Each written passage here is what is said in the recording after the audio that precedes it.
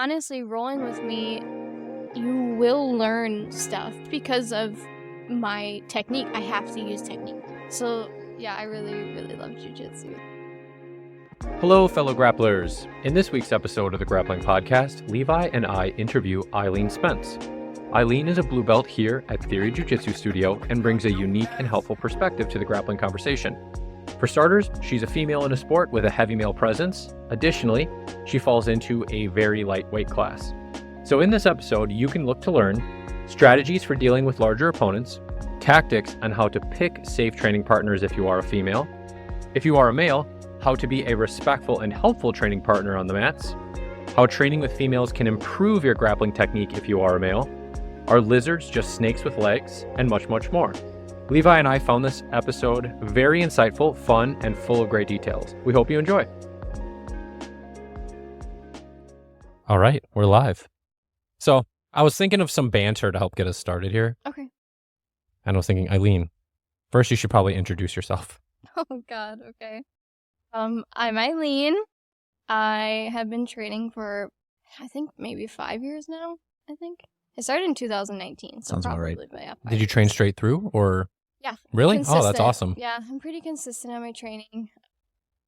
There was a couple months that I was scattered, but otherwise, yeah, very consistent. I take jiu-jitsu very seriously, so yeah, it's like a second job to me. Yeah, that's cool.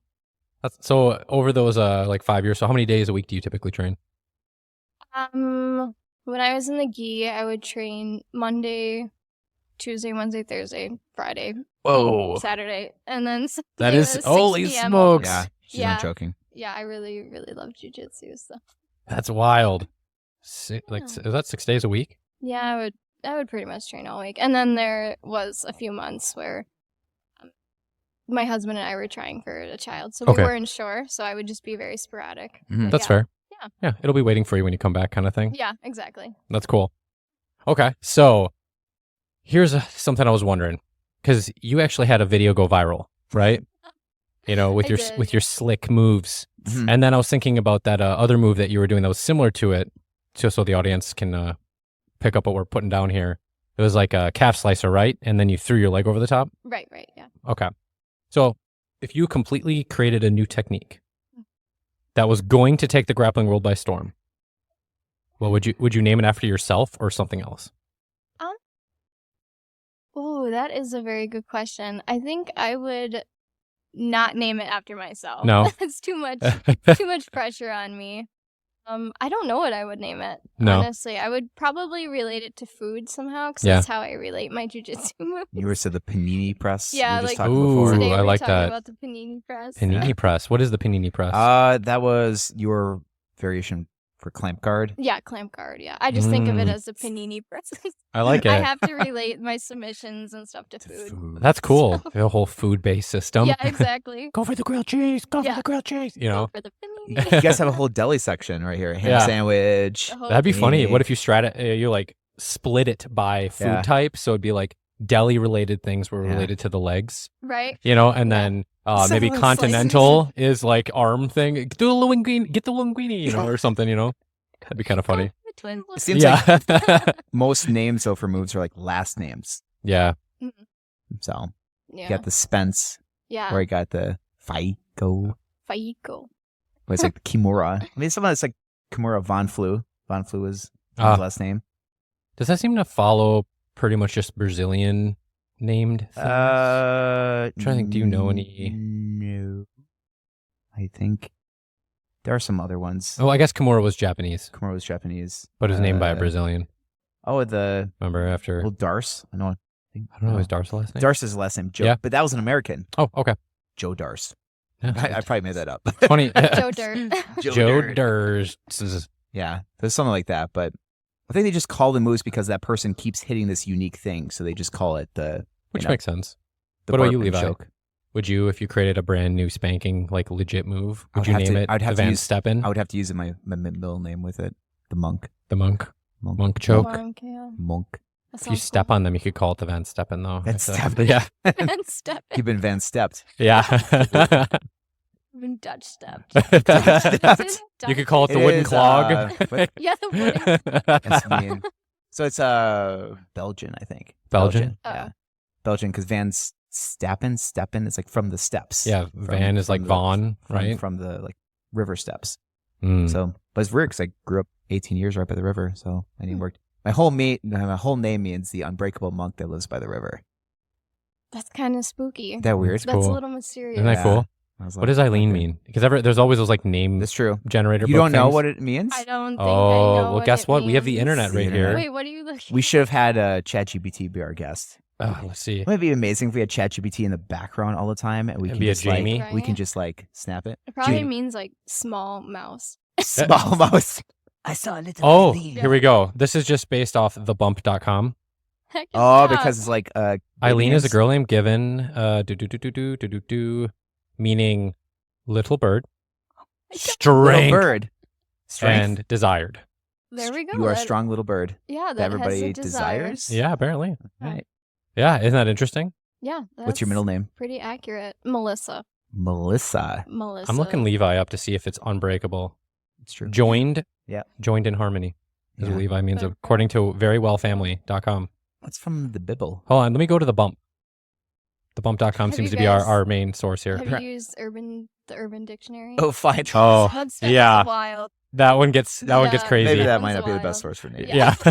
I looked mine up in the Urban Dictionary once, and it was like, it was just rough. Like, it clearly said like she's gonna beat your Oh, ass. that's I'm funny. like, That's awesome. I guess we can mark episodes as explicit if you want, Eileen. If we want to go down the rabbit hole of that before we talk about more jujitsu. yeah. Maybe- Eileen's holding back a lot right now. All of her Biting swears. my tongue. okay. Well, here's the next question I had for you guys. Then Mhm. we'll keep the pace rolling. Mhm. What would be your grappling walkout music, Eileen? I like 50s music.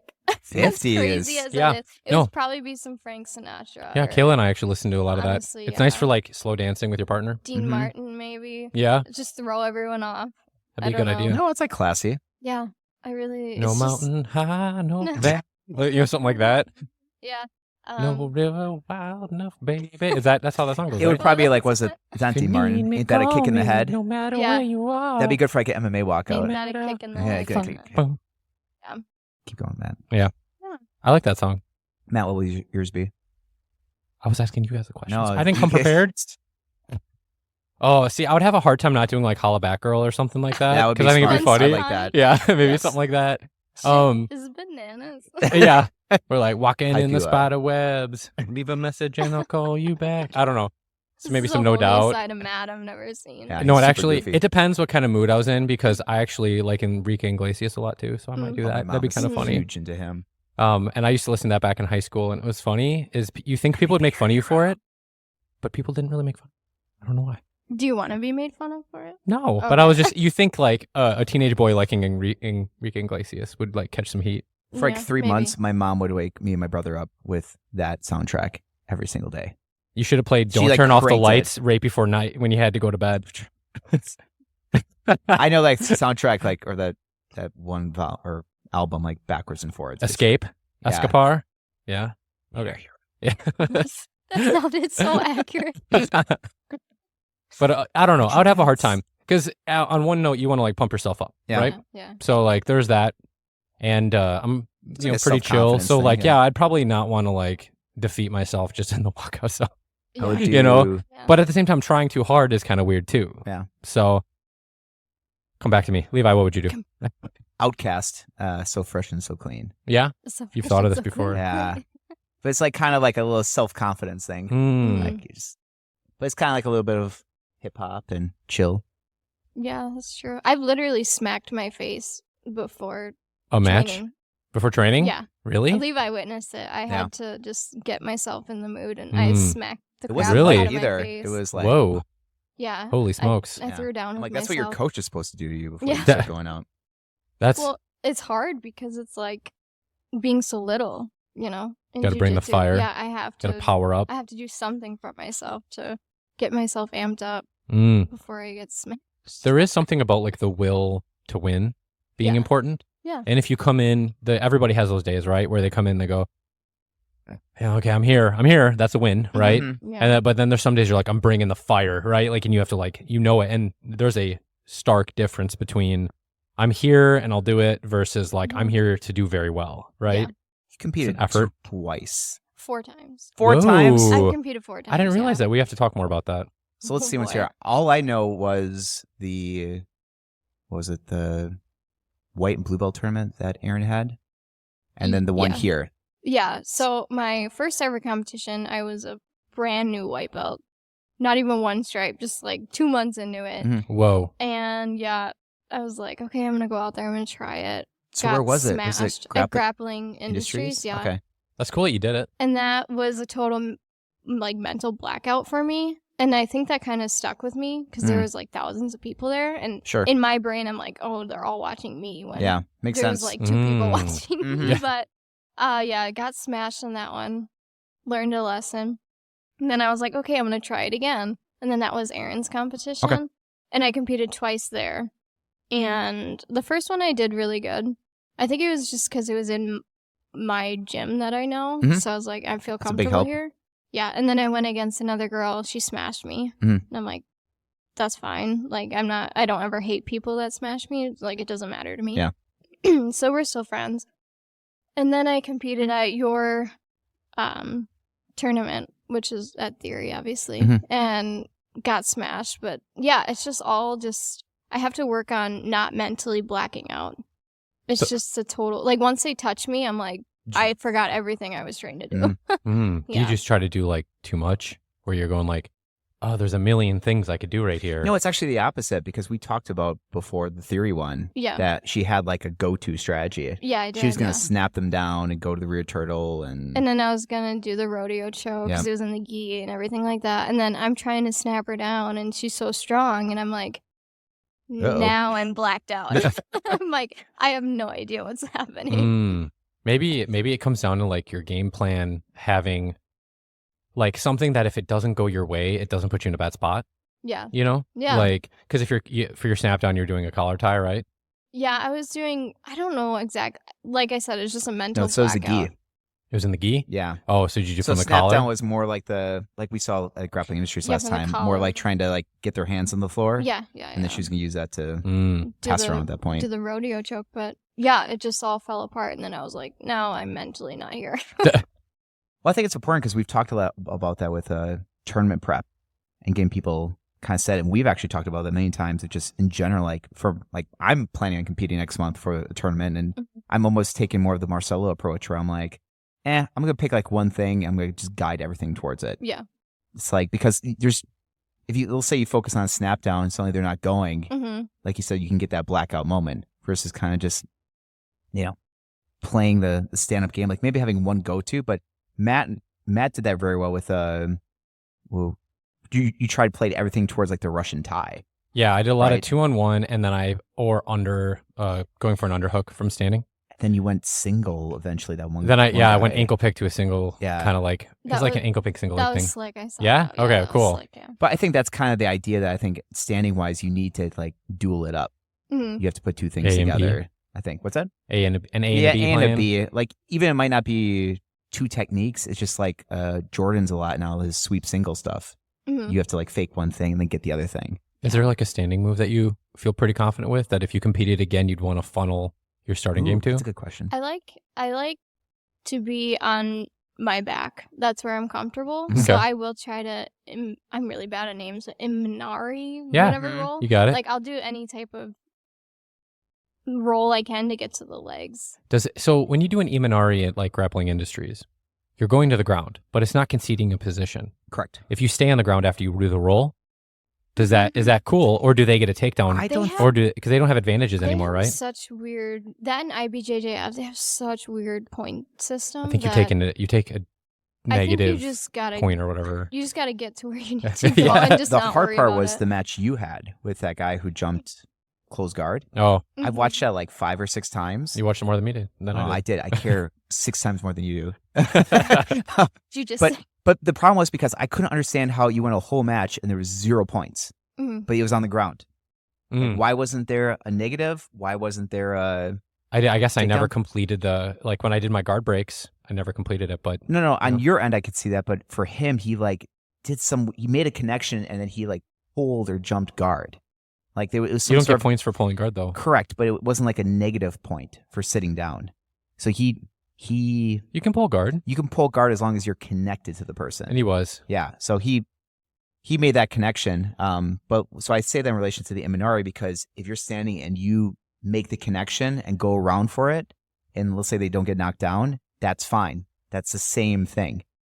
So there's no versus if Eileen slap bumped and then she just sat with no connection, that's the negative point. The good old butt scoot. It'd be Because interesting. essentially the Imanari is a takedown. Yeah, I'm She still attempted a connected. takedown. You're right. That's a good And point. then her hips are on the ground. I'm still connected the whole time. You Yeah. can't Imanari with no connection. You know, You're just rolling like a turtle. there's something to be said about theatrics, I think, too. Oh, Because the judges are 100%. humans, right? If you're like, my name's Eileen, and I'm going to screw you up. And you just like go for this dive, screw you up. you know, and you go for like the most aggressive Imanari roll someone's ever seen. Even if you stayed on the ground after that point trying to like do some type of thing, I feel like they probably wouldn't give you negative points because you're pushing the pace. You're pushing. Well, it's funny because everything. Ben Schultz did that to me. This guy I know in my purple belt division. And as he was throwing it, me mentally, I'm like, oh, it's the Imanari roll. Like I was just a fan of it that somebody was doing it on me. I'm like, Yeah. oh, that's cool. But it could definitely surprise people for sure. Yeah. So I guess let's rewind a little bit. What's like what got you started in jiu-jitsu, right? Like for the audience that, because we're not on video right now, Eileen's gigantic. She's like 7 feet tall. Yeah. At 230 least, at yeah, least. 230 minimum. I Yes. would be unstoppable. I feel like. I don't need that in my life. Yeah. Yeah. But no, so like what got you started though? Because it is kind of a very like male heavy Yeah. Very sport, right? male-dominant, It's getting more and more female though, which is really Mhm. cool. And you know, but like what made you like see it and go like, I need to not only do that, but now from knowing that you were training 6 days a week, I need to do this 6 days a week. So I actually never knew about jujitsu when I was younger because I used to watch WWE and I was like, oh my God, this is awesome. And then me and my sister, one of my sisters would just slam each other in the living room, just trying to do WWE, like That's Undertaker, awesome. whatever it was. And then I grew up and I'm like, wow, this isn't real. And I was just absolutely crushed. And so I started to get into UFC and I'm like, wait, this is real because they're bleeding. Yeah, I'm okay. like, this is actually like physically real. And so I actually trained MMA for about a year. Oh, that's cool. I didn't know that. Yeah. And then my nose, my cartilage got snapped. Yep. You were And telling me about I that. was like, maybe I'll just stick to jujitsu. It's crazy. You don't even have the bump or anything. Yeah, I have a picture of it. It was like slightly off to the side. You could see it, but yeah. So I was like, I don't know if I really like the striking aspect of it because I also got head kicked once, and that was not fun. Ooh. So Just in sparring. yeah, it was just sparring. Head kicks are rough. It was Did you ever just did you ever lack have of like a defense. match you were trying to get set up with? Because that was For MMA? yeah, No, I just was training it. sure. I just like hopped in because my first gym I trained MMA at was Resurgence. Mhm. And so they're a great MMA gym. Like they're very well known for their MMA. Mhm. So I tried it there and then I'm like, oh, maybe I'll just stick to jiu-jitsu. And then I was like, I love jiu-jitsu. So I've always wanted to ask, like, is when you talk about like mixed martial arts training, like, what does that entail? Like, were you doing kickboxing rounds? Were you doing wrestling? Yeah. I guess in jiu-jitsu as well too. So just that kind of spread. Just because I know it mixes everything. So that when I hear people train it, like, is there cage work? Like you're going against people against a cage? Because I think they have a cage too, right? Yeah, they have an octagon there. But yeah, it's just striking, kickboxing, wrestling, jiu-jitsu, everything that you can possibly So you think got of. like a little sampling of it when you were there Yep. with some of the jiu-jitsu. That's Yeah. kind of a neat idea. I never Yeah. thought about that. Yeah. Go to a place that has everything. If you Mhm. don't know, see what you gravitate See what towards. works, Yeah. Yeah, so I just tried it. I was like, I'm all in. I'm just going to try it. And then I ended up weaning it down to just jiu-jitsu. Well, so besides obviously getting kicked in the head and breaking your nose, those little things, Yeah, just little things. So was it the damage you were taking in striking that pushed you away from it, or was there something in jiu-jitsu that you liked that drew you to it, or Yeah, both? so it's both, honestly. My mom and dad always told me, they're like, you have such like a nice face. Why are you going to let people punch it? I'm like, honestly, That's such I a parent don't know. answer. Like, I don't know why I'm doing this. And then, and then I'm like, I don't want my face to be messed up. So, and I don't want to be mentally messed up by getting Yeah. head kicked. Mhm. Yeah. So, yeah, and then there was something in jiu-jitsu. I'm like, wait, it's not really my body against another body. It's my mind against another mind. Mm. Like it's such a mind control game. So I just think it's such a wonderful art. I like the answer you had. I don't know why I'm doing, because actually Yeah. that's a good example of like, you don't get to pick your passions, they pick you. Yeah. It's true. I'm a big believer of that. Yeah, and it's cool to hear that, because I feel like some people who do jujitsu do it because they're like, oh, I'm trying it out, and then they eventually might actually transform into the other one. But it Yeah. sounds like you were like, this is awesome. You're like, it's like part of your being where you're like, this is part of my soul. I have to do this thing. I want to do this thing really bad, and that's cool to hear. Yeah. That's super cool to hear. Well, even the being brave enough to like go and join a gym and be like, Yeah. I kind of know what this is about, but to jump in and say I'm going to experience this, Mhm. That took courage. That's such a difficult thing for most people. Yeah. To come into a gym and go like, I was even talking to one gentleman before today, and just like no martial arts experience, Okay. jumping in and experiencing something like you don't know what the group is, you don't know what the activity really is, Yeah. and be like, you're not well versed in it. But I think a lot of times when I've met people that say like, oh, you're so lucky you've got something like you're passionate about. Yeah. Honestly, it's like just jumping into something Mhm. Mhm. and trying it. Like going to like a smorgasbord of a table, like just try stuff. Eventually something just bites at you and you're like, Mhm. oh, I want to keep exploring this. So here's another question for you Okay. with the whole jumping into it and whatnot. Fire Watching away. UFC.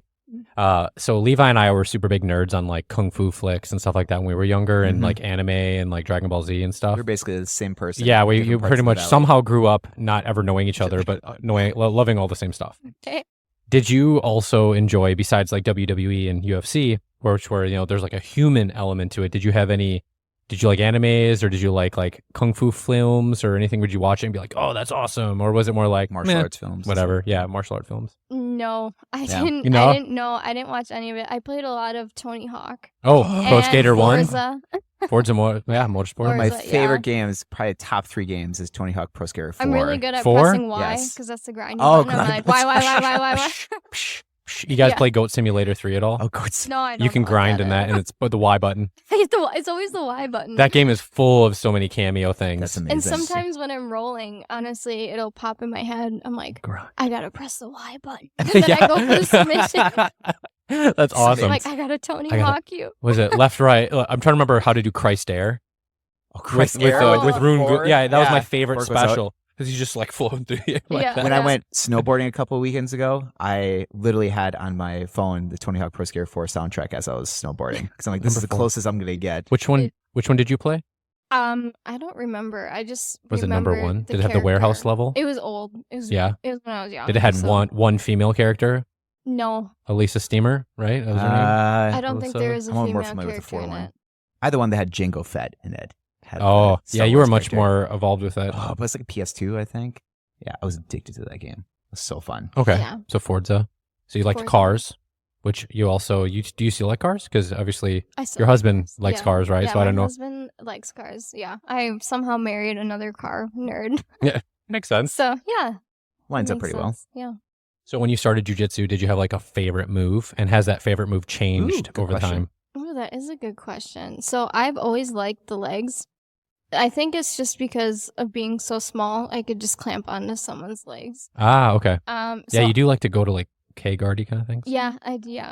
I like to do a lot of knee bars because the size of me is the size of someone's leg. So I'm, Oh, like, I'm that's just fair. gonna hop on this like a koala Yeah. and just thrust my hips into it. Yeah, that so could be a move. That could be your move. The It's koala. The name, the koala. Yeah. K-guard and knee bar usually, right? Yeah, Yeah. K-guard and U-bar. And I do like to do a lot of inverting.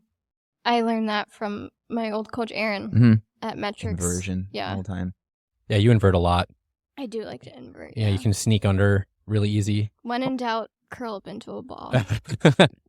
or you do a Murder lot of like ball. flying submissions too. Like you dive Yeah. like over to the side and stuff Mhm. like that. Yeah. So did you start off liking knee bars and you were just like, knee bars are my thing, and you just kept developing it? Yeah, so I really focused in on knee bars for probably months. Yeah. And I'm like, I need to get this down and I need to figure out how to get there from any position I'm in. So I really got knee bars down. And then the next month, I'm like, okay, now I need to focus on triangles Mm. and how to get there from any position. And that's how I really developed my jiu-jitsu game. That's awesome. Yeah. Picking one thing. And you just came across that naturally, that style? Yeah. That's yeah, cool. I really did. Because I'm like, I am too small as it is. So I can't just go out there and think I'm going to get everything I want because I'm not. So I need to just focus on one specific thing every time. There's a lot of wisdom there. Levi actually has a similar philosophy that has rubbed off on me about just like developing one skill, although like to a decent degree, and then using that to kind of like bridge your way to other skills. It's a framework. Yeah. I think the biggest thing I see with people in jiu-jitsu is like, it sounds kind of weird, but like teaching them to solve their own problems. Yeah.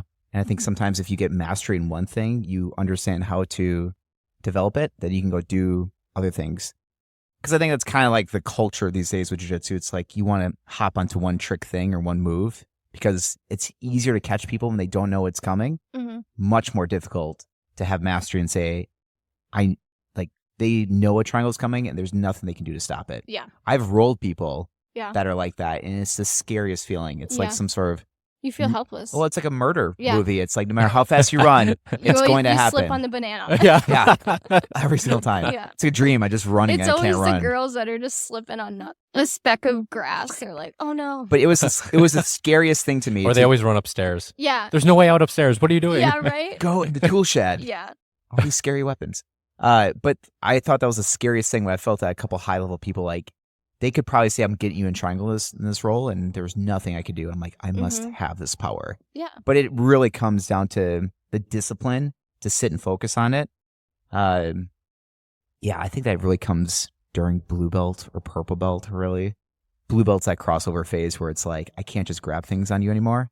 Yeah. I have to like be really good at it. Work for it, yeah. But you've had that a little bit, Matt, with your leg injury of like focusing on other things because you were unable to do with my ankle being funky or takedown game. Never spent this much time in butterfly guard. Yeah.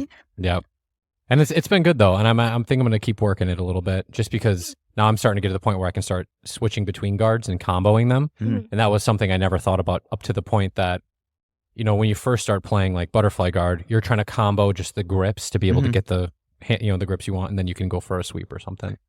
But then keep going. I was going to say is the other thing you can combo, like there's only so many options you can do from there. So then the combo, the jab and the cross isn't this grip and that grip necessarily. It can also be this guard and that guard.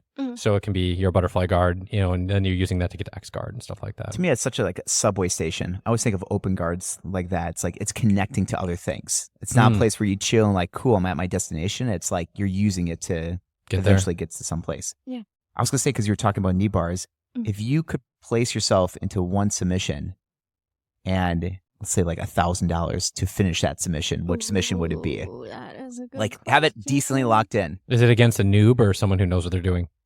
Same experience level. Oh, okay. It would be a knee bar. Knee bar? Yeah. Easily a knee bar. Dang. Yeah.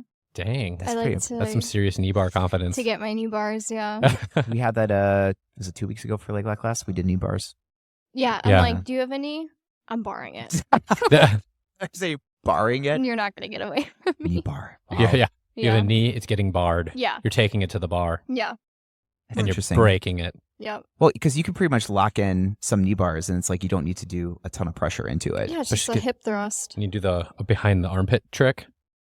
I like a shotgun type of knee bar. Or I was just saying, just where you still have the same leg setup, but you put their leg behind it. That one just seems like so brutal. Where you're just I have not, only because, well, I will if they're not a new person to the gym, because some are so spazzy that they'll try to get out of it. And a shotgun, any type of shotgun submission is so dangerous if you're trying to like reap on it or get out of it.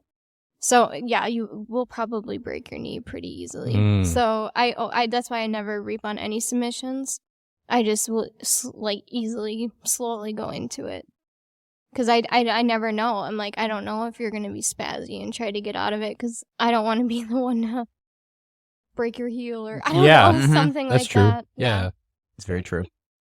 So, so the topic that I was hoping we could dive a little bit deeper in today, you and I actually spoke about this a couple weeks ago. Oh, yeah. Where like, okay, so you're a female. Like we talked about, you're 7 feet tall, you know, all these other things. And I think you're talking about like, Reagan. That's what you're talking about. But if you, she said she listens to our podcast. She's got some work coming up. So, What's up, hey, Reagan? Hey, what's up? But so like, no, but being a smaller female, right? And so 2 things there, right? You're a female and you're smaller. and you go into a gym, what are let's start with safety tips that you can give other females, and actually just honestly anyone, to help select good training partners? What are some of the things you look for, and what are some of the things you look saying like when you're visiting a gym or just coming into any gym? Anytime before gym, you know like people, right? And even maybe even beyond that, right? Like even today when you go roll, do you use the same ocular pat down, or do you have a different criteria set that you use, or are you just not really like worry about it anymore, you know? Well, I definitely still worry about it. Like if somebody new walks into theory, I'm still like, I need to take at least a week to watch them train against everybody. Like not just one specific person. I can't just take one day and be like, okay, yeah, I'm okay to train with this guy. Yeah. I need to watch their moves. I need to watch how fast they are. I need to see if they reap on a submission. Just because of being smaller, it's so it's just a fact that a guy can lay at me and I'm toast. Like that's just how it is, being so small. So yeah, I just see if they're trying to just be a meathead or if they actually care about the art and they're just flowing with it. So okay, you had a couple criteria there, it sounds like. One is you watch them with other partners, right? And I think that there's a lot of wisdom there too, because the way someone rolls with one person might not be the same they roll with another. They might get really scrappy with somebody because you both had that energy and they were like, let's do it. So, and then you see them kind of be more a little patty cake with the other person, right? That's good. It shows variation. Let's see, you were looking at how fast they move, right? And for that, are you looking to see that are they moving with intention with speed? Is that what it is? Or is it just if they're moving really fast? I'm just trying to see if they're pretty much where their limbs are going when they're moving fast. Like if they're just flaring their limbs and just trying to jump on you, that's not going to work out for me. So it's like speed and spazziness. Yeah. Because I would say like Jordan's very fast. Jordan's but he's fast. also one of the He's most controlled. Though. Yeah, he's one of the most controlled grapplers I've ever. Like, I'm pretty sure you could have a broken arm. Yeah. And you could roll with him and not get hurt. He's he's an animal in a good way. Yeah. Yeah. It's probably like watching like a smooth transitions, that they're aware of what they're doing. Yeah. Their body awareness. Oh, okay, so you had body awareness, how they roll with other people, like ripping on submissions, right? What was the others? I think those were kind of the main ones. Yeah. Anything else? And honestly, I don't know if this is stereotypical, but their body type, because you do get a lot of big, muscular guys that will just look at a girl and be like, yeah, I'm gonna smash her. And it's really just, that's funny. You think it'd be the opposite, where they go like, I have so much more capacity, that they'll be like, hey, cool, let's do it. You know, like. And that's another thing, is rolling with a very, like a guy that has just a very high ego, is I sometimes am worried about submitting them if they're newer, because I don't know how they're going to react. Like I've been to a gym where I've gotten screamed at. Yeah. And it made me cry because I heel hooked someone. By the way, if anybody's listening who's screamed at somebody because they heel hooked somebody and it was totally legit and not mean, you know, like, you guys can get bent. You know? We have tissues here for you. That we'll take one. We'll take one out. Yeah. No, that's a good sign of a toxic training culture. Yeah, so right? It definitely made me open my eyes to a lot of things. Because, I mean, if you're gonna, like, go ape crap on me because I submitted you, I'm gonna be scared. Like, that's just how it is. I'm, like, if you went crazy on me if I submitted you, you're a huge dude. I'm gonna try to run away. I'm gonna be scared, you know? Yeah. Like, I know my limits. That brings up a thought I never considered either, is like, when you're doing the engagement, you know, this is a game we play in here, right? And it has combative elements, right? It is a combat activity. Yeah. But like, just because you submit someone and they have a hissy fit, or like maybe that, like the scenario you ran into where it's like, it still doesn't mean they're not dangerous outside of it, like walking to your car or like, you know, like things like that, right? Yeah. Where it's just something that I think is guys need to be more aware of, you know? It's such an interesting perspective, because I think if anyone's new to the sport, that maybe if they have awareness of like wrestling or whatever, and some person who's 50 pounds heavier than them and muscle submits them, they can be like, ooh, that makes sense. Like you're big and strong and you can kind of do what you want. But it's very unassuming, someone who's much lighter than you and now feels like you're trying to give resistance, and you couldn't do anything who's so much smaller. And you know, nibble, like that's a weird feeling. Especially in the gi, because like you have the rope around the neck, you could probably just freaking pop some skulls. And the difficult part is with jiu-jitsu, you have to say, I give up. You Like got me. she could hold somebody down and maybe they could be upset, but this is Mhm. like forcing someone to say, I quit. And that could be a hard ego. It is, Stroke. yeah. I've had somebody at Theory, and bless his heart, he's such a sweetheart. He messaged me just out of the blue, and he's like, you know, you made me, and he's a big guy. It's Aaron, you know Aaron Mhm. from here, the tattooed guy. Yeah. Yes. Yeah. Yeah, I didn't know how to explain No, that's good. it. He messaged me and he's like, you made me realize that I can't just use my strength on you. Like, I need to use technique because Mm. that's all I have to rely on. I can't, my noodle arms are not going to outstrength a man. Mm. It's just facts. So I need to rely on technique and being fast. Mm. to Yeah, get- because I don't think many people, when they come in here, they have witnessed something like with jiu-jitsu where it's like good, solid technique and strategy can make it very comparable for Mhm. strength and size and speed. Yeah. It's like most people aren't ready for that. Mm. You know, to be like, look how nimble you are moving around and creating frames and escaping. And then people like that can make you feel like very brutish of how you're doing. Yeah. So someone who like Yeah. understands the art and sees how, because you have to rely so much on technique, Yeah, that's all I have. right? Yeah. To see that, like I had that woman visit from Washington, from a Rob school. I can't remember her name off the top of my head. I'm so sorry. I'm horrible with names. Was I here? Solarity or whatever. Wait, are you It's the in one who Howard, works Washington. on the one who works on the windmills? No, Because she Sounds cool. she was Yeah. super cool. She was like a windmill but tech. she was like a 90 She was some awesome. pound brown belt. Oh, the one you were telling me about. yeah, that had a wonderful picture. She's got reverse neon-belly on my neck. Aw. But she's like, sorry, this is all I could do.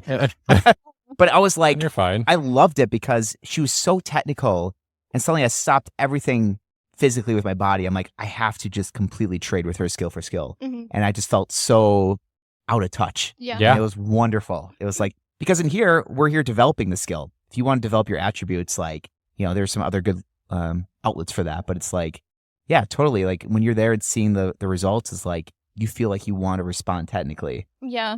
I've been to gyms where I've gotten not compliments. I've gotten like I'll roll with a new guy that I've never seen. I don't even know his name, you know? And I'm just bouncing around from gym to gym, and he'll say, "Oh, I won't go too hard on you, don't worry." Yeah. And it's like, Is that you have bad, no or is it good? idea. Sometimes it's like, okay, thank you. Like, thank you for being aware of that, but also like you don't know who I am. You don't know what I can do. You don't know like you don't even know what belt I am. You don't even know my name. Like, Yeah. Okay. so sometimes it's like a good thing, and then other times they say it as in like, you're this little thing. Yeah. Like, don't worry, I'm not gonna toss you. So here, let's make this actionable. Hmm. So the words, the message might be lost in some of the words Hmm. sometimes, like as far as like what people choose. Mm. So if a guy is trying to say, because I think I've actually said that to females where I'm like, don't worry, like I'm not going to be a jerk, essentially is what I'm trying to say. Mhm. What would be the best way to word What a that type of I thing? love that. Yeah, You know? so I think approaching it, which you have good intentions, but I think approaching it as in, don't worry, I'm not going to be a jerk. I think you should just say before you roll with them, hey, how would you like me to roll with you? Oh, okay. Just so you can give them the option to say it instead of assuming like they might be worried about something, you Mhm. know? Okay. That's a good idea. Turn it back to them Yeah. and be like, hey, It might be from How do you wanna do this? my perspective as a male too, but Go like for I think blood. someone who's like 140 pounds as a male, I don't think they get that same like thing because you just assume like you can just take it. Yeah. Like if you're a 130-pound male or 140-pound male, I don't think other males are going, oh, like don't worry, I won't be a jerk to you. Yeah. Like I think they just assume like I'm just gonna smash, which sucks Yeah. too because it's the same. yeah. It's a Hunter's size. talked about that. Yeah. Like, Hunter, he's a good yeah. example of that. It's like Mhm. he's smaller, but it's like, dude, someone who's He's 220 still is the same, Yeah. no matter if you're male or female. You know, it's like it's a Hunter's radically strong too. He's Oh, like, radically strong. Don't see Eileen believe in muscles. him. Yeah. I would say we used to do concrete stuff too. Yeah. So I think like he's got concrete strength. Yeah, but it's like you said. I think like when Matt said the wording for males can come off as like taking care, but that can still come off as not Yeah. good at all. You said something there too. Intentions, right? Yeah. Like their vibe, right? If Mhm. they're like, hi, is it, that's probably like 80% of it, right? It's just Mhm. like if you're being like, hi, hello, training partner, would you like to Sociable, yeah. train? Like, yes, I'd like to train, training partner, versus like, I'm Yeah. grunting, like That's most Or- males speak. Or the other thing is, I can tell. that's pretty good. I So was- there's There's two things. Is one, I can tell that I don't want to roll with them if I'm on the other side of the mat and then they make eye contact with me and then they wave me over with a finger. Oh. That to me is so cocky. That's like, yeah, get over here. And I hate that so much, especially if I don't know you. That's just something to me that is like a red flag. You should start doing that to people. Yeah. It's true. And then another thing Be the aggressor. Start calling people over to you. Get over here. Knee bar you. No, and then the other thing is, if I don't know you and you look me up and down and then ask me to roll, I'm not going to roll with you. Okay. To me, that I don't know what that means. So I'm just going to not. It's not like you're carrying weapons. It's not like they have to be like, am I in danger? Well, it's also well, because you're physically contacted with someone. So if you look me up and down, I'm going to be like, I don't know what that means. Yeah. So yeah, that's true. I'm just going to stay away from you. That's a good idea. So, men, if you're listening, don't be a jerk. Don't be weird. I think that's what it comes down to, right? Yeah, don't look at women. Yeah. Yes, I'd like to roll covering your eyes. I've always sure, yeah, we can definitely roll. I've always thought that was such an important thing with many jiu-jitsu gyms of just, you could tell kind of the culture of a gym by how many females are also there too. Yes. Of just like, and this again, this is my personal opinion, and I like that there's some places that will have like women's only classes, right? To have that kind of space for people to work with other women.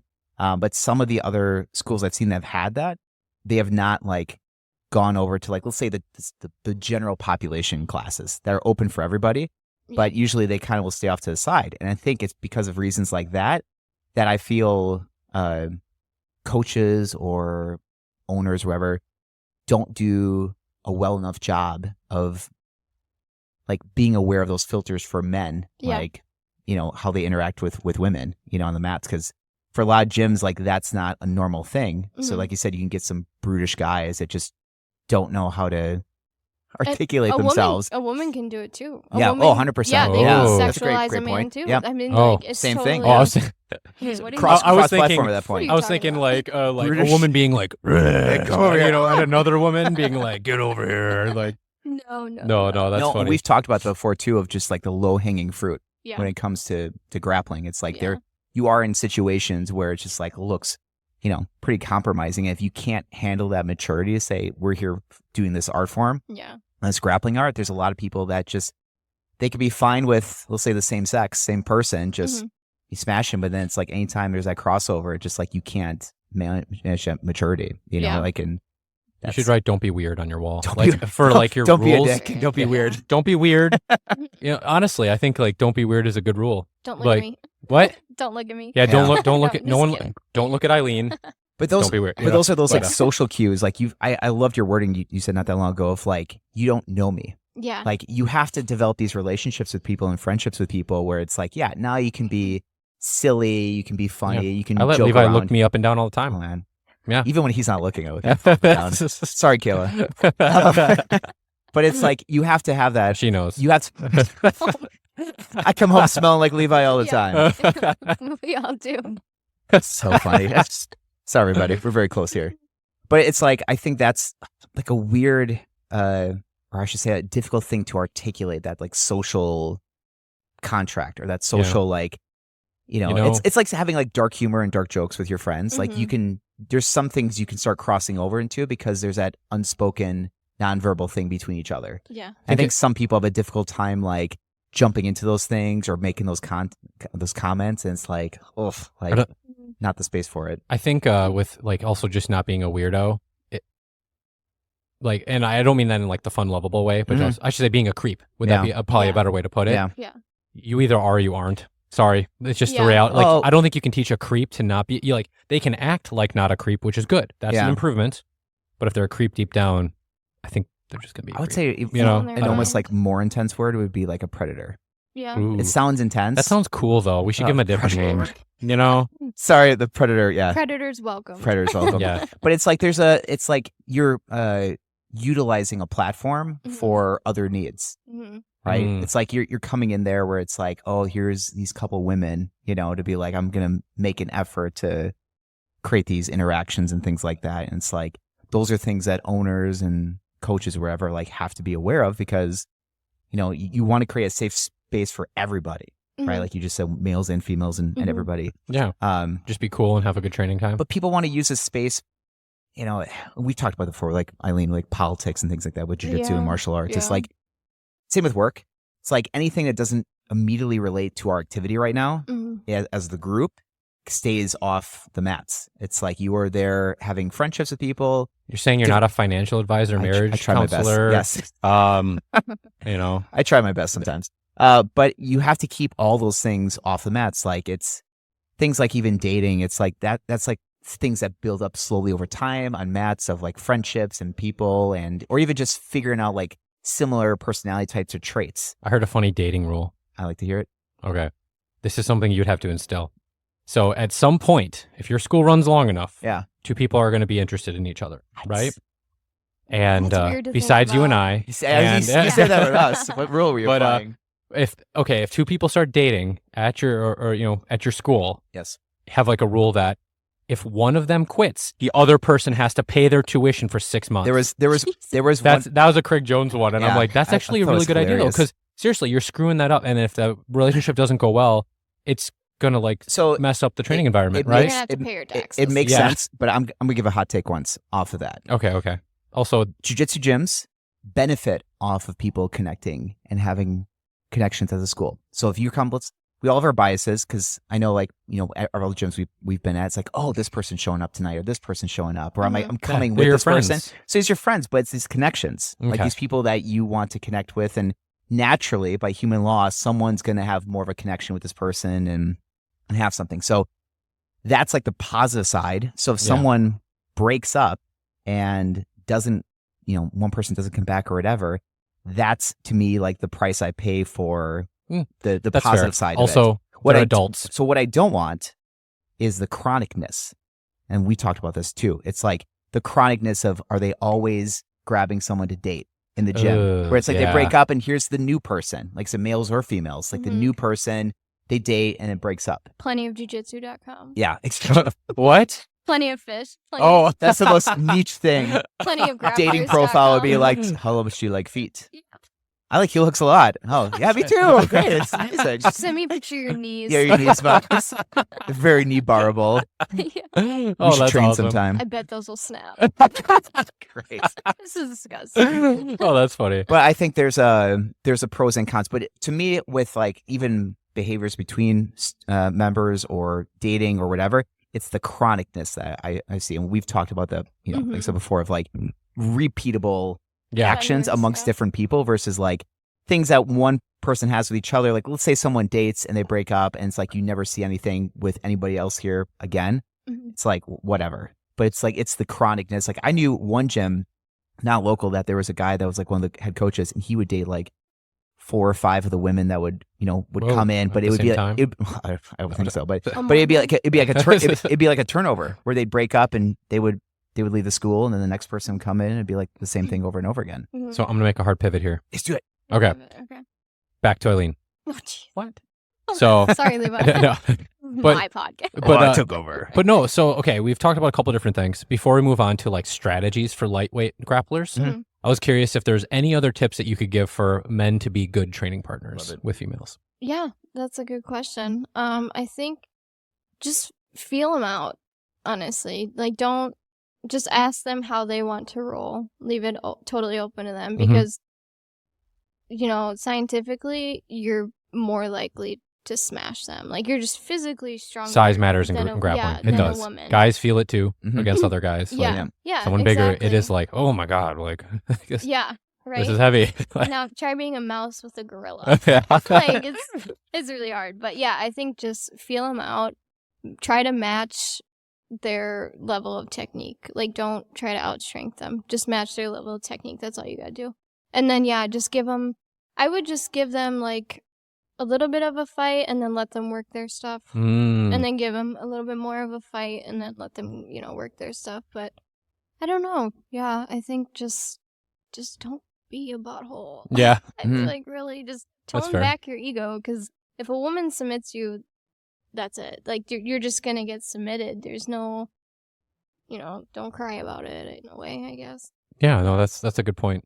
I like that. Well, I think as we all get more experience with jiu-jitsu, I think we just start detaching like the identities with them. If you're in jiu-jitsu, you lose more than you win. Yeah, That's the reality of it. It's more like win or learn. That's with how I with think us about it. rolling, like we have a pretty good even pace sometimes where it's like you'll start going ahead of me and I'll start like laying some weight with you and things like that. And I'm not even that big, but it's like Eileen, if we were the same weight, you'd beat me. I don't want her all the getting time. big. Yeah, yeah. Please don't gain 100 pounds. I told Levi the other night when we were rolling, I'm like, one day when I get bigger than you, I'm nightmares begin. yeah. But it's like it's the respect where it's like you're respecting more the practitioner and the art versus like this identity of this person. And that's how it goes into it's mind against mind. Yeah. Like you have to totally disconnect your body from it in a way. And that's what I do. When I roll, I disconnect my body and I just think of my mind. Like my mind is thinking, where are they going to go? And how am I going to counter that? So and then my body just goes along with it. It's so weird.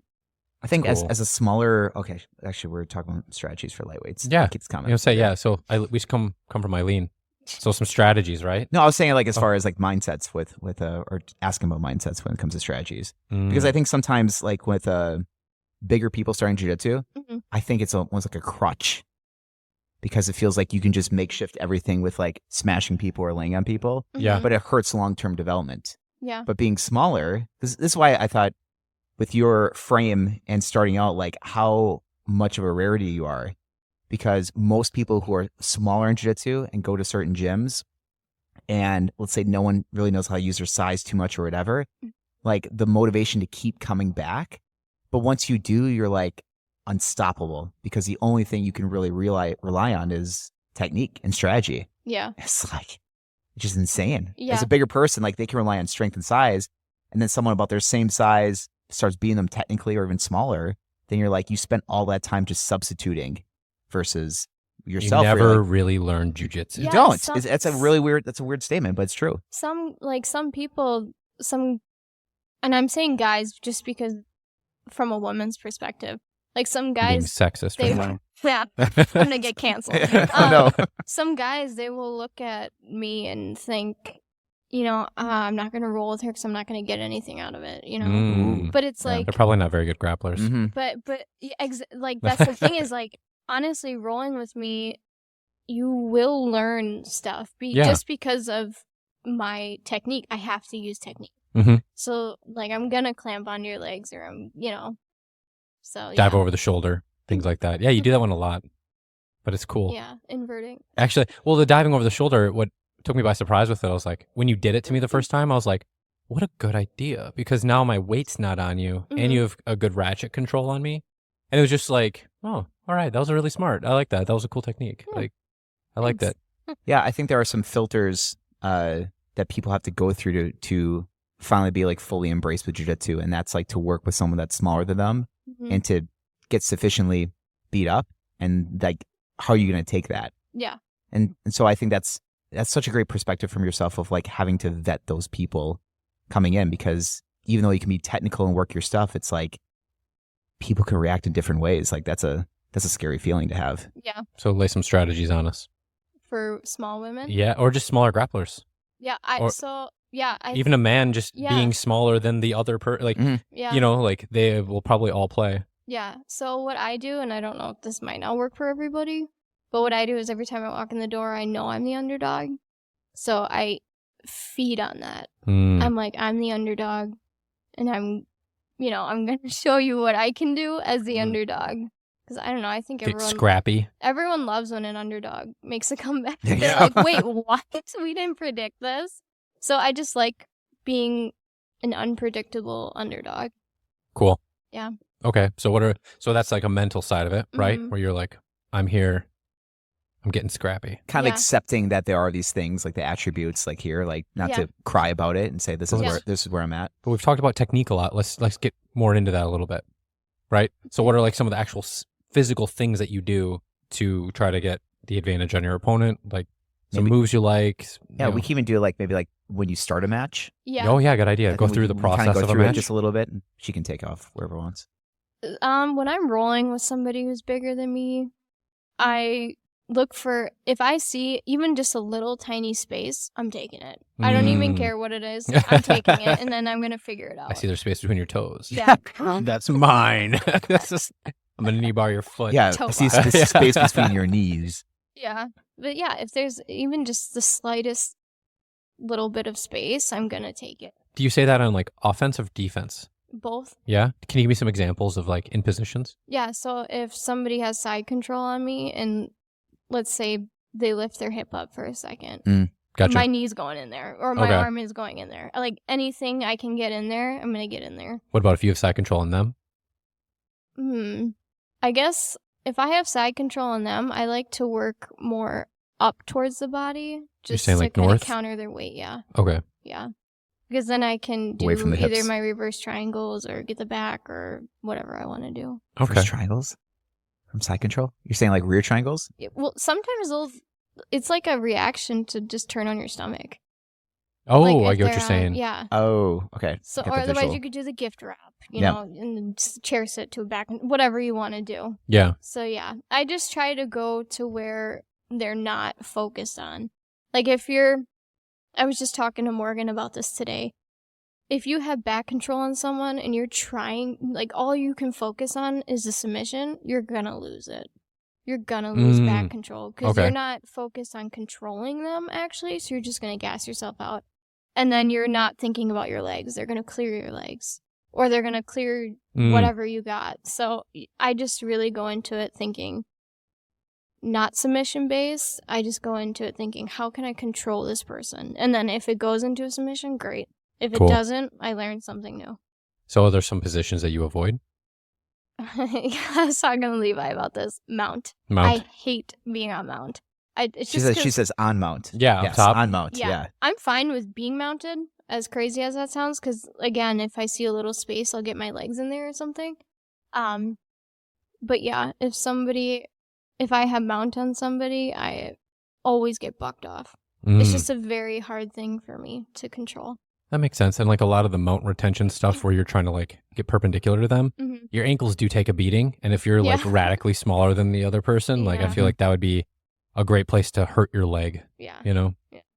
Okay, so mount. So avoiding top mount. Yeah. What are some places that you directly go to where you're like, as a smaller grappler, like I need to get here because this is like where I'm gonna like do a really good job. Besides, you know, like you said with like inverting and then going for like a knee bar. Yeah, so I actually like being not in side control, but I like having side control done to me. Oh, so going to like clamp and stuff from Yeah, there? so Or the- sorry, the panini. The panini press. That sounds cooler. Yeah. Taking that. No, yeah, I just like to really work to get my limbs into places. Because if it just comes easy for me, I'm not going to learn a lot. Like, I need to figure it out. And then I'll spend all night figuring it out and think about it as I'm sleeping. No, you're not alone. Yeah. So when you aren't doing like leg entanglement stuff like knee bars for submissions, what's a great place of control for you? Like if you can find your way in a match to say, like, as you said, you're avoiding mount, right? And you're just talking about side controller or, getting to a guard. Like, is there a spot where you're like, this can even the playing field out a little bit for me, or good control? I do like being on the back. Back control? Yeah, I do like being on the back just because of it's trying to think about what can I control? Because now you have to control their arms, their legs, their hips, their head. Like, there's just everything you have to control, and it's just such a mind game for me. So I like to really challenge myself and not work for the submission right away. I'll just control what I can. So if you're seeking a back control position, and let's say you're starting a match out with it, would you much rather play guard, or would you rather work to pass the guard? I'm like, I see a If bigger I'm person. starting in back control? Sorry, I apologize. Like starting a match. Oh, okay. Like you're slap bump and you're like, hey, I'm going to get the back control. Mhm. Like, do you play more of a guard game to get to it? Or would you rather I'd rather pass the guard. pass the guard? Yeah. Okay. Yeah, if I'm playing guard game, I'm going to get your legs. Oh, Interesting. Yeah. Fair. Okay. So in a seated position, you're more Yeah. like, I'm going for legs. Yeah. And if you're playing a guard passing game, you're trying to get people's backs. I'm trying to get people's backs, yeah. This whole podcast was a trick to know your strategy. Now I'm good to go. Tell me your pathways. We're not even recording right now. Like, Because I've Boom, gotcha. remember I was seated and you were trying to pass my guard and you were like, Yeah. What? And I'm like, It's yeah, difficult. I would say smaller people, I've always had the most difficulty passing. Mhm. yeah, I would say I would. got 3 knees. It's a You know? It's a Mikey Musumeci, because he's got like a Michael Phelps type body where he's got really long Yeah. upper body. And it's got Yeah. short legs. Yeah, it's kind of crazy. so With it's like he can and his hips just are like hide. super mobile too. Yeah. Yeah. So it's like there's no way you're passing the guard. I want to kind of flip the strategy a little bit because prior to theory, you spent your whole career basically in the gi. I did, yeah.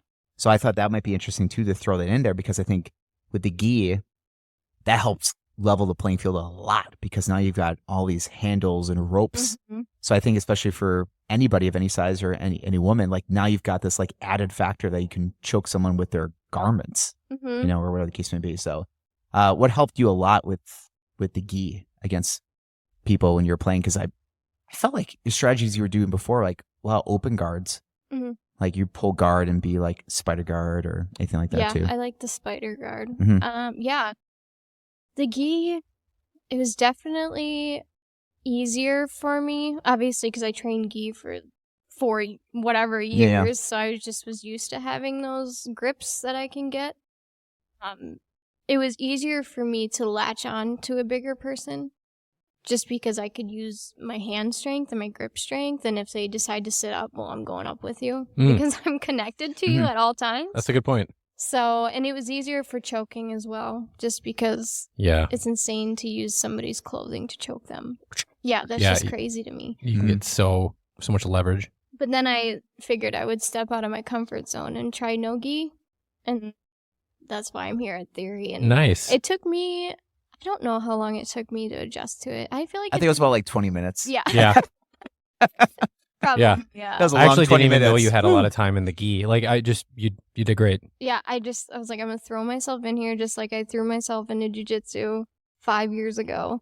So yeah, and I feel like that's all you can do, just throw yourself in there, and if you like it, you like it. If you don't, find something else. Yeah, I think that's. Well, that was a quote we were talking about with Reagan, right? Oh yeah, What was yeah. it? The CrossFit quote? It was Yeah, like, it was- we're going to keep it's- messing this up. It's for everyone, but not. Oh, crap. See, I know. It's You have to ask Reagan. like it's for all, but not for... for everyone or something. Yeah. You know It's what for we're putting down? everybody, but it's not for everybody. Kind of Something. thing. It's different. It's for wordings, but- anyone, but not for everybody. Yeah, that's Would that a better be? Would that wording. it? Yeah. Is that- Probably. Yeah. Something like that's that? probably- But it makes sense because anyone can walk in these doors to try it. yeah. Mhm. But it's like, but the spirit of it, I guess, is not for everybody. Getting used to having You'll know. someone put their sweaty rash guard in your face, or Sweat drip in your eye. I was gonna say that. Yeah. That's the. I feel like there's. Water torture. I feel like there's like Mhm. 10 Rip on 'em. filters you have to Waterboarding. walk through until you can say you're like a jiu-jitsu You're- person. You're Like, 10 labors. you Like need Hercules. you need to like have sweat drip in your mouth from Mhm. somebody else. Like you need Yep. these things to be You have done to have to their you. rash guard in your mouth as you're Yes. trying to breathe. Your initiation. I feel like I should have a Yeah. checklist and be like, Yeah. yes, Yeah. now you are. What would be on that list? Yeah, the initiation list. Yeah. Ooh, that's a Probably great question. injuring yourself, definitely. Okay, Jamming a Injuring thumb. do it yourself. yeah.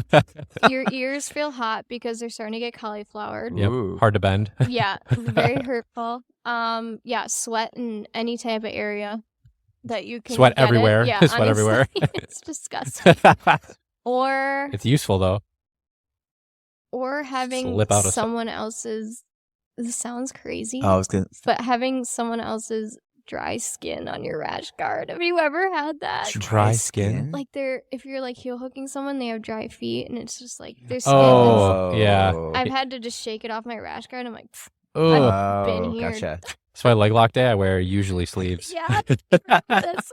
I'm like, Some bad stuff. some feet are gross. I am a little bit of a clean freak with some of that stuff. Yeah. Funny enough, when you were talking about what to look for, I was surprised you didn't say hygiene because it's like Oh, the main thing I yeah. look for is Yeah. hygiene. I Mhm. look at their nails. The toenails. Yeah. I look at their fingernails, their toenails, and their teeth, Mhm. and just Yeah. like Their teeth. and like how well good Mhm. do they take care of their body? Yeah. Is it True. like a normal level? Okay, we're good. If it's Mhm. like ooh, I can't quite tell. I think Yeah. those are some of those things, like initially when people come in here, they're not aware of all those things. But for all of us being in martial arts for a while, it's like you see those things that should be normalized. But it's like, that's what I'm saying. Like, that's the 10 labors. Like, you have to go through with it, and that's the filter. It's like, are you okay with this? And it's like, yes. Okay. Are you okay with this? And it's like, yeah, like you have to go through it to be a sufficiently, let's say grounded. That seems like too on the nose. Grounded. Grounded grappler? Yeah, grounded grappler. Like, GG. GG. it has to be something like that, because otherwise you're too much of a liability on Yeah. the mats. You know, I wish we had a cool name for like when you're a practitioner of jiu-jitsu, because like judo has judoka. You do. It's a jujitero.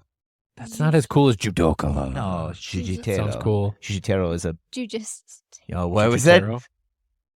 You could keep that. We're definitely getting canceled. Yes. when you're just on that certain mind Wavelength. Sure. I'm definitely down that realm, because I have like hundreds and hundreds of like flow charts I've made Really? to like basically untangle everything Yeah. in jiu-jitsu. Like, if you do this, you do that. Like, huge massive That's why I flow think charts. cross training is so important too. Like, you can spend years rolling with the same people all the time. There's a limit to where you're gonna learn things. True. Because then you know their game. It's just the same crap over and over. So if you hop over to another gym and you're like, wait, I'm a blue belt, this girl is a blue belt too, or this guy's a blue belt too, but he's beating me in these areas. Like, that's where you are gonna learn things. We need to do we that haven't more. framed this yet. Eileen's a 2-stripe blue belt. Yeah. Yeah, I was going to I ask say we about. did. Blueberry. Yeah. Blueberry. I Yeah. don't even know what the purple Food is supposed to be. connections again. What's there the purple it is. then? Grape? I'm What are you gonna I transition was into? thinking of grape jitsu, but Grape I'm jitsu. also thinking of Barney BJJ because I was obsessed with Ah. Barney when I Barney. was young. I'm a Barney belt. What Barney about belt. brown? Poop. I would say chocolate. Okay. That's how I think about my game. Just no. So actually, that was some questions for you too about as we're coming to our end here in a little while. So you're a 2-stripe blue belt, right? So you're on the path to purple. Scary, yeah. So what's like what are you working on in terms of grappling right now to lead you to that spot? Mount. Mount. Yep. What Working I some hate- deficiencies. Yeah, I'm just gonna work my weakness. Yeah, That's all I can do. that's a good idea. Is I could take a mount. page out of that. Yeah. That's a great idea. Yeah, a little more well-rounded. Yeah. You don't want to be a purple belt that like can't hold mount kind of thing. Exactly. Yeah. It would just be embarrassing. I feel like that about arm bars. Really? That's Yeah, bad at Terrible armors. at arm bars.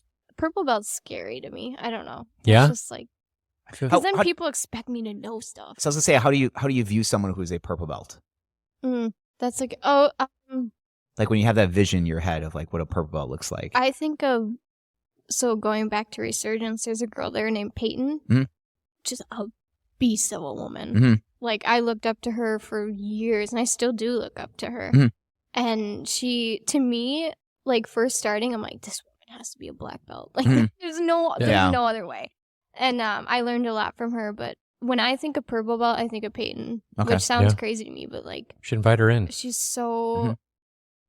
technical too, and she's a beast. Like, she could easily outstrength people too, but she has such technical strength as well. It's insane. I think she's a brown belt now. No, I think she's a purple belt. Did she just get her purple? I think I thought she's she- a 1-stripe purple belt.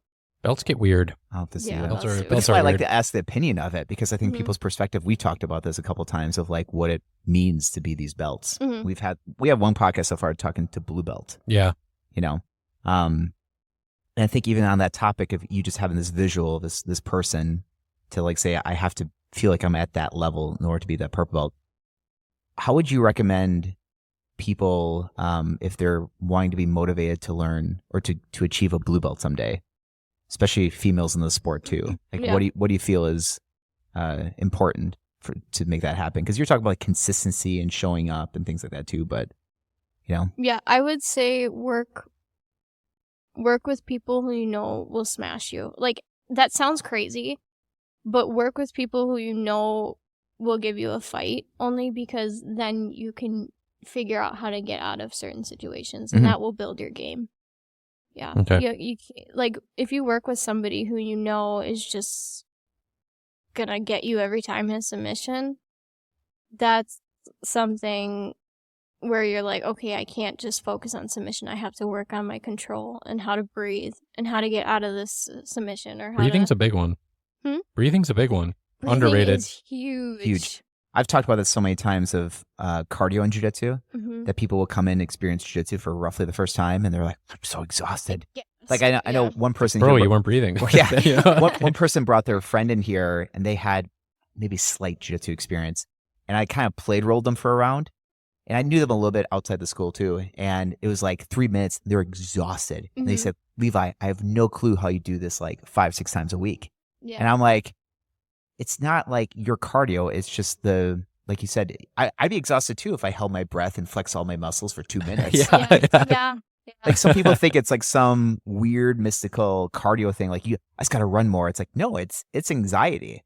It's like you're not showing, you're just like locking up. You're just saying tight so you can hold something tight, you know? And all of us have experienced competing and feeling the exhaustion that competition comes, even though we all have experience being on these mats. It's like mine was not anxiety. Mine was I was moving so much. Oh, but it's like I was just like I still think it's anxiety because it's just like you're trying to like go and you're trying to like throw speed onto things and to like. I don't think that'd be anxiety though, because it wasn't like worry. It was like go, like pressure, push, go. Pressure. Like just like you're just keep trying to drive, like you know, like pushing a car that like you know like won't work or something like that, and you're just like push, but you know, just like. I think it might be like an internal clock for you, like time is ticking, so it might honestly build up some anxiety for you, which might gas you out.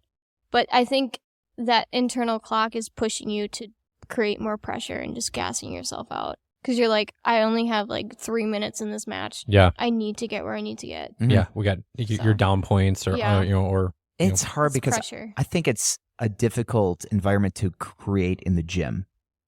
Could you create that? Like you're saying, talk about pressure. If you just say go, do you feel like you'd be that exhausted? No, because like I can get pretty close, like depending on who I'm going with, where you just intentionally are just like push, even when you're like, I'm going to ditch this position so I can keep pushing, you know, like it's not exactly, you're not going to have your best showcasing of jiu-jitsu skill, but I think you can get pretty tired. But like Eileen was talking about with, shoot, I lost my thought. Internal clock? Pressure, time? Dang it. Exhaustion. And I had a good point. It's okay. But I was going to say, like, I think sometimes when you're rolling against someone who doesn't, like, you don't really know too well, you feel like you can kind of cut loose with this one person. You know, like, okay, you're in my division, you're about my same experience level, like, cool, you're just going to feel me now. And I think sometimes in the gym, we want to be very nice training partners, and you're like, go for I knew the point. Let's do that. Like Eileen was saying, you have to train at other school, train with other people outside your school. That's the thing I think at the tournament that is also like, whoa, because you don't know what they got. Yeah, exactly. You're just so used to your same old training partners and I think that can be exhausting. Yeah, that's scary. Even when we went to Manitowoc, I got pretty tired because I was just like not used to like, what are they doing, you know, and just trying to figure it out. I think I've gone back and forth on this so many times because when John Danaher would talk about like how you should teach people right away jiu-jitsu, like learning submission escapes and learning pin escapes right away. And then he's like, you basically go backwards. And then you learn guard retention and then you learn the opposite. Now you learn passing and whatever. And I thought, I'm like, I feel like just teaching people the full offense of jiu-jitsu right away works a lot better for like the framework. But honestly, I think when I'm rolling any experienced person, my confidence and my relaxation comes from my pin escape confidence. Like I can allow things to happen a little bit. So like when I'm training out in Chicago and I'm training other places, like let's just see what happens. I want to see what you do. It's more of like an exploratory thing. This isn't like some life or death thing right now. Yeah. Like it's more like, let's just see what happens. Also, that was cool. I want to see what you do in mount versus what other people do in mount. Not just like letting things happen and let's let you jump into it, but it's more exploratory to me right now. It's more like me having a fun walk around jiu-jitsu. Yeah, once you can control your mind, you can get the victory. And that's how I relate it with jiu-jitsu as well. Like, if you can control the person and control their mind, then you can get the submission.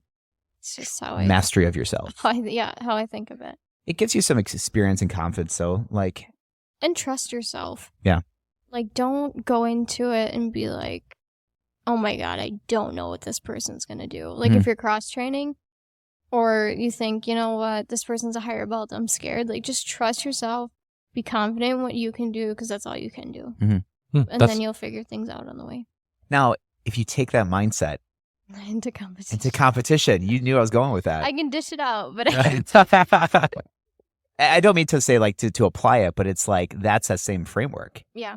I've always thought that was so interesting that mindsets can shift once I'm like, here's a good example of this. It's like being like recorded for real. Let's put it that way. Like when I did belt tests for people and we would record it to send out to the academy, people all got anxiety and all freaked out. I've had people that I worked with so many times of doing live drills, and because we were recording it, I've had 2 or 3 people have to stop because they had to go throw up. What? Wow. Yeah, because they're just like, it's like you said, like this tension of like going, but it's just literally a camera sitting in the corner of just going. Not tell them you're recording, or to say like, you guys can have all these roles and matches in here, and then if we have a grappling invitational here, and like same mats, same space, here's some other person, and now all these people are watching, and you go, you're gonna act way different. Yeah.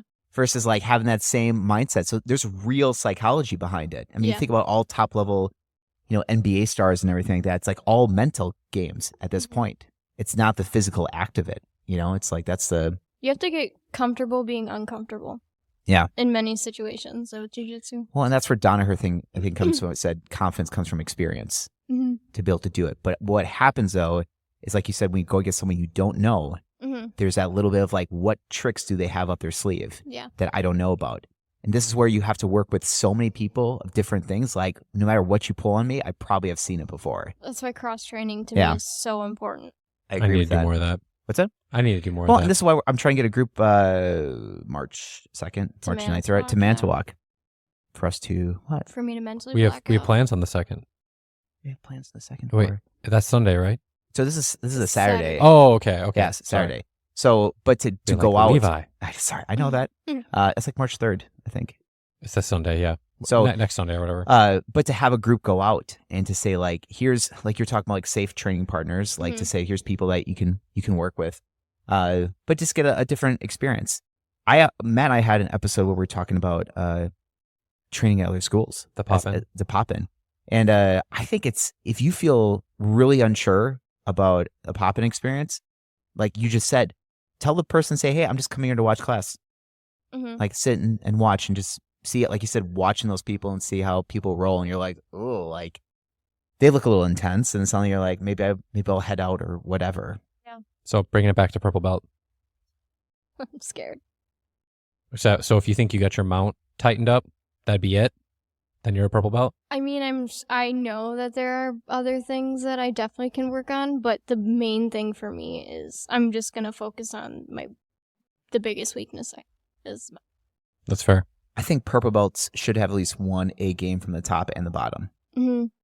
Like that's a big thing. You should have something in your guard that you feel confident with, and something on top you feel confident with. I think so. So I guess do you some people set goals for the year and whatnot. Yeah. So is that like, did you like set that as a goal to be like, I am going to get better at the mount and I'm going to practice it X amount of times per week and stuff like that? Yeah. So I used to have the outlook of, okay, my goal is to get my purple belt. But then I'm like, what does that mean? Yeah. Honestly, like what? I couldn't even define it to myself. I'm like, I don't even know what that means to myself. So I'm like, what is my weakness? Because, if I continue to not do my weakness, I can't get better at it. So yeah, my weakness is mount. So my goal is to get pretty good at it. It's a good framework, right? It's like, what is a purple belt? Okay. Well, what are the things a purple belt would be good at? Okay. And then you work back. Where are you? And then you look at the gap. There are so many times where I would randomly message Levi and I'm like, I don't know where I am in jiu-jitsu. Like, I have no idea where I am ranked right now. But honestly, it doesn't even matter. Yeah, like, it's so weird. You got to get out of that mindset. Because sometimes, I go in and I'm like, oh, I can't see if I'm getting better. Like, I don't know because everyone's so much bigger than me. But then if you have somebody, your size that comes in or whatever the case is, and you're like doing what you want to them, it's like, wait, maybe I actually am getting better. It's just so hard to see that you're progressing when you're so small. You were talking about that the other day, how you had some good rounds, and you were like, this is awesome. Yeah. Which, by the way, I hope I didn't offend you when I asked, like, wait, so what? I didn't know what belt you were because like the experience level of the people you were telling me about, and you're like, yeah, I did really well there. And I was like really confused because none of us wear belts. Yeah. And so I didn't know. So I hope I didn't offend you. No, but no, I no, think don't you're worry about definitely it. a 2-stripe white belt. I mean, blue belt. Oh my God. Yes. She's Blue belt. she's a 6-stripe white belt. 6-stripe white belt. Yeah, Yep. That's what exactly. Levi No, I was said. saying that because you were telling me you versed a 2-stripe white belt and it went well, right? Or a 3-stripe I think it or was 4? a 4-stripe. 4-stripe. white 4-stripe. belt. Sorry. Yeah. See, I'm terrible with the belts. So- I don't know anything that's going on. I think sometimes with the Belts are dumb. ranking with each other, like it's kind of interesting that jiu-jitsu, I guess no-gi grappling has belts still. But I think people still want a It's kinda marker fun. of like where they want to go, right? It's like it's achievement-based stuff. Yeah. But it's interesting because probably one of the more popular activities in the world is yoga. But yoga has like a level of body mastery and positioning, but there's no like ranking system with yoga. Like you Okay. achieve this position, and it's like you get this sort of ranking. Mhm. People just show up day after day. And so if someone looks like they're really good with certain flows, like, oh, I need help with this. And you're like, Mm. well, I've been doing this for 10 or 12 years. Yeah. Okay, like you probably are pretty good, but if you see someone come in, they're super flexible. Yeah, you don't And fight each other though. But that's the hard You part. know? Like that's that Maybe measurement. we should. Fighting yoga. Was it Craig Jones Forced and Pilates. Keenan Cornelius was talking about like a ranking system for jiu-jitsu? Yeah. To create some sort Yep. of like competitive ranking system. And then to have the belt system as kind of this like other thing that kind of sits on the side. That's Yeah. like more of like an in-school thing versus like if you want to compete, you basically work your level. Because the weird thing about chess is that you can pop onto a program and you can like give you a rough estimate of where your score is. Mm. There's no like official assessor when it comes to jiu-jitsu ranking. Like I trained with my friends for 8 years. We never had belts. Where am I at right now? It's Yeah. coming around like, oh, you're like a purple belt. Okay, cool. Guess I'm a purple belt. Like just recently I was fixated on ranks. Literally just recently. Like I just had a conversation with Levi probably like 2 weeks ago. And then I'm Where like, you're like, dude, why do you not have a purple what it belt was. for me? No. You pushed me against the wall. Yeah. This one. And it's Yeah. like, it's purple. Where's purple? no, I just was I'm gonna confused drip on sweat on you. where I was at. And then I was also worried about, like, if I were to get promoted soon or whenever Levi decides to promote me, when I earned it, I'm like, wait, I don't know what other people are going to think because I'm so, I can tell you what they're gonna think. because it's so easy to just lay on me as like a bigger man. So it's like, I don't know. I just had that realization of Here. what are other You go for people it. are going to think. They're gonna say, congratulations, that's Yes, amazing. it's That's what they're gonna amazing. think. Yeah. I would hope so, but Eileen, have you No ever one heard, would doubt it. have you ever heard of the Boyd belts before? no. Okay. So the Boyd belts was after this guy named John Boyd. And this concept was that age and size will affect your belt rank. Mm. So if someone outweighs you by 50 pounds, you consider them an Well, I thought it was 20. 20 pounds, 10 something years. like that. I thought that's I what think it was. it's like maybe 20 seems too small. I think it was like 50 pounds because that's a big difference. 50 pounds, and you can correct me, Mr. Google. You do Oh, that. whatever. But let's just say, for example, it's Yeah. like if you give, let's say 50 pounds, consider them another belt rank higher than you. Mm. If they're 50 pounds heavier than you. If they're also 10 years younger than you, add another belt rank to it. So if I'm a 40-year-old purple belt, let's say, and I'm rolling against a 20-year-old blue belt, you know, it's like that could legit be problems for me. The speed. Physicality Agility. and Yeah. size, or if they're 20, they're 20 years younger than me and they're 50 pounds heavier than me, it's like those are real factors. Mhm. So this is where it gets into interesting conversations because you're like, okay, well then what's considered this belt rank? If this person who's a blue belt and I'm a purple belt, well, how are they beating me right now? Yeah. There's like real things, and sometimes the gi can even things out. Like you said, it doesn't matter how big you are. I'll grab your cloth and Yeah. choke you. Yeah. But in a grappling situation, that's where like the leniency comes from, Mm-hmm. right? It's like that's the difficult part. I mean, I've rolled people who are like 300 pounds, and it's like they never get a sense of like ever having someone bigger than them hold them down too. You know, it's like there's this like Yeah. real factor that comes into, like when Matt was just saying, like strength plays a factor. People think sometimes when you wear the belt all the time, that gives you that mystical power. Like you're a purple belt, I'm a blue belt, so you're better than me. Yeah. It's like, nope, when we have no belts on in here, we just make contact with each person and we go, this is my assessment right now of this person. Mm-hmm. Like this is how they are compared to me. And that's all you really can do at that Yeah. point. That's why I always feel people out if I don't know them. Yeah. Like I'm just. I gonna liked your see. framework from it. Like that was fantastic. Of just like kind Yeah. of working a little bit. I like it. Okay, I got 2 silly questions for you. I'm scared. These are all silly. So the first is, do you kick Jake's butt when you guys wrestle? Because my wife tries always to. settle She's always arguments trying right to take now. me down. Well, not when she's pregnant, but like they'll try to annoy me. She tries to annoy me until we wrestle, essentially. Okay, yeah. And so I was like, okay, well, I wonder if Eileen and Jake do that. And then I was like, wait, you're the grab. It's like just kick his butt or no? Jake is the least physical guy in that type of aspect. Like, he wants nothing to do with grappling at all. And I've tried to get him. I've got him to do 2 classes once. That's cool. He hated it. Absolutely Really? hated it. Yeah. Interesting. He just It's does not for everybody. Yeah, he's just like the total opposite of grappling. If you take the nicest guy out there and place him in a physical situation, he's going to talk his way out of it instead of, you know. Which is fair. Yeah, instead of physically getting out of it. That's But, cool. Got high rolling stats and charisma, you yeah, know? yeah. That's awesome. But, okay, so is the answer yes, you kick his butt? Yeah. No. No? Oh, okay. Jill and I Too would nice. get scrappy too. Yeah, I was But gonna say, you she's guys probably she's- get really she's- scrappy. She's a blue belt though, so she Yeah. gets scrappy. You guys fight each other. I feel like that could be funny. Yeah. Altercations in like a fun way. It's more that I've seen Jill flinch on Finn a couple times. Like she'll do that to Finn. Like, and Finn freaks out. Like, what are you gonna do? Checks her son. Checks like what? What? And he goes, I'm the queen bird around Yeah, here. exactly. You know? But her favorite roles are when she comes in here and pops in every once in a while. Like she'll roll with Finn. That's cool. Like how cool is that? Like I can't imagine rolling like my mom.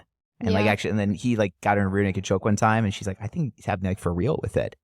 It's like what a framework at that point. Like you're just rolling with your mom and she's beating me up right now. Yeah. So then my second silly question is Mhm. our most important question here Yes, on the true. Grappling Podcast. Yes. Levi, do it.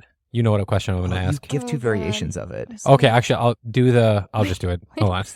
I wasn't ready for that. Okay. I'm not ready. What is your grappling spirit animal?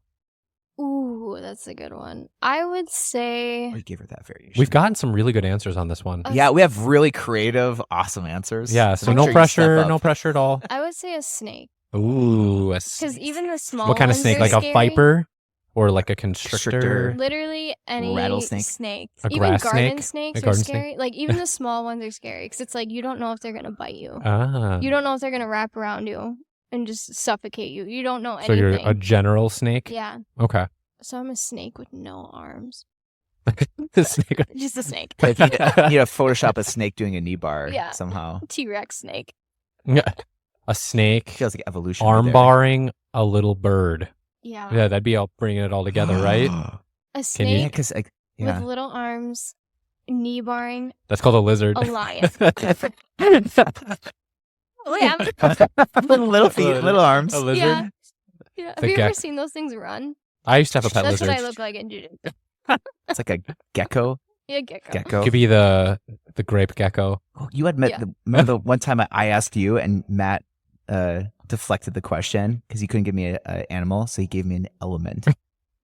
I'm Like on the periodic table? no, that's actually Like, better. That's way better. I'm nitrogen. Yeah. I'm barium. Or barium. You know, Iron? I'm gold. Yeah, no, What like was an yours? element. You were like, I was like water. what? Yeah, I'm like Picked water. whoa. I still have to. I've never picked a grappling spirit animal yet. Oh, what was mine? It was a You picked a kimono dragon Komodo dragon. Mm. Because because of the smell. Yeah, the No, smell. I'm It's kidding. nasty. But But that's how they kill animals. They bite them and they like leach poison and then they just walk away. Like you're already dead and you don't even know it. all the Yeah. bacteria in their mouth Yeah, and it's just stuff. like you're just dead. They're pretty cool looking creatures. I say My- that because I think sometimes Mhm. with probably the same with snake too. Like I think Yeah. I love the inevitableness of it. Hmm. Like I catch something and they feel like they still have a fight and it's like it's already done. Mm. Yeah, you're just leeching on it. My mom says she watches videos of my jiu-jitsu and she's like, you're like a snake. Have you ever seen a snake grab its prey? And then she'll show me videos and But it's it's just so quick. Wrapping Yeah. wrapping around it. It's just like immediate attack.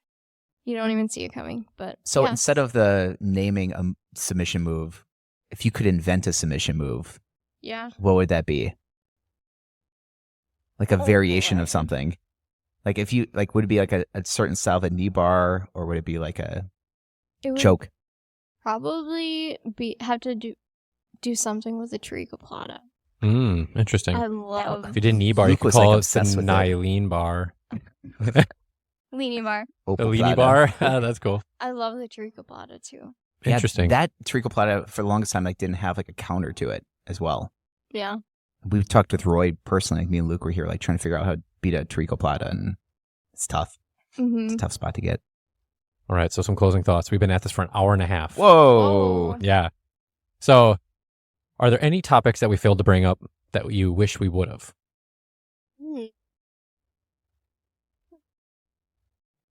I don't think so off the top of my head. Okay. Or maybe I anything you think want it's to. just- We can always do a Discuss. round 2 as well Yeah. sometime. Yeah. And then, are there any things that you want to promote or share? I know, I know your hubby's got his thing and whatnot. Yeah. Yeah, my husband has his social media thing going on. He's kind of on and off with it, though, so I don't know if he would want me to promote it No? right now, but We'll say, is that the car you drove here in? yeah, That thing's sick. the M3. That's awesome. I saw it and I was Such like, a sick car. whoa, super cool. Yeah, that's our summer, well, one of ours. Summer cars. It's not summertime, it's winter here I in wish I had a summer Wisconsin. car. Yeah. That's so cool. But yeah, we like cars. We're kind of nerdy in that way. You We also, We don't like working on them, but we like to just drive them. I like eating desserts, but I don't like making them. Yeah, exactly. And then, how about this? I don't know if you wanted to share your Instagram or anything like that. I know you put jujitsu videos on there.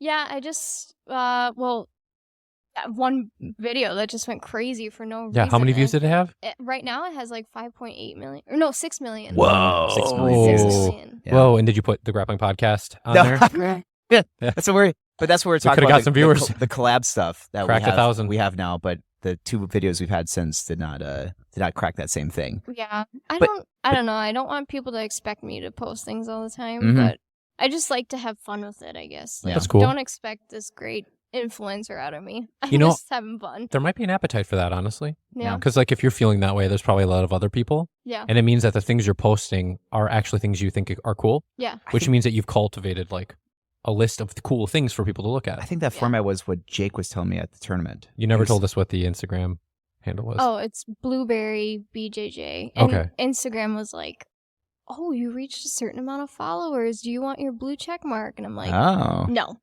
But you get the blue I'll check. be official. That's cool. Yeah, I'm like, no, Are you going to thanks. change it when you get your purple? Yeah. Yeah. I'm thinking of, Just lose all your followers and restart. Great. yeah, that'll be in like 7 years. It's just- Well, it was weird because when we made that video, it was like just a random like, hey, let's just throw it out there, Yeah. expecting just like maybe 1,000 or something. It'd be fun. The variety of comments on that video is nuts. Nuts. Some people are like, oh, cool. Like, I'm going to open myself up and try this. And, like, that's how it should be. yeah. You know? And Hey, then cool. other people Neat, are yeah. like, this will never work. They're like, just tossing over your whole head. Like, a Yeah. woman will never beat a man. It's like, Really? People said that? Yeah, somebody said that. Oh on my there. God. Well, and the 6 million views obviously like attracts That's true. people You're going to have a outside of couple jiu-jitsu, turds in too. there, you Yeah. know? Yeah, yeah.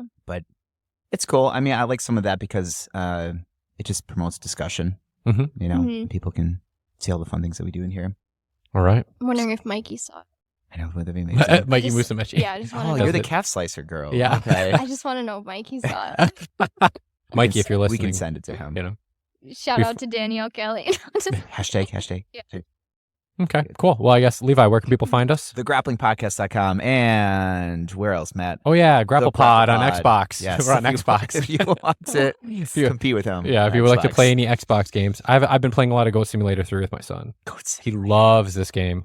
Loves it. But anyways. Eileen, do you play any games? I don't. I play Not mind anymore. games with my Mi- husband. Oh, the things kind where you of- try to start fights. that's kind of sport. My wife too. was telling me about those. I'm gonna mind control you. Yeah. The dark side. Plays for reals. No, So, Eileen- I don't really play games. I guess. Yeah. Mm, Just jiu-jitsu. Just Yeah. jujitsu games. Just Yeah. jujitsu. That wears me out enough. Well, hey, thank you for coming on the podcast, Thank Eileen. you for having me. Woohoo. It's my first podcast. Thank you, everyone, for listening. If you enjoyed this podcast, please share it with a friend.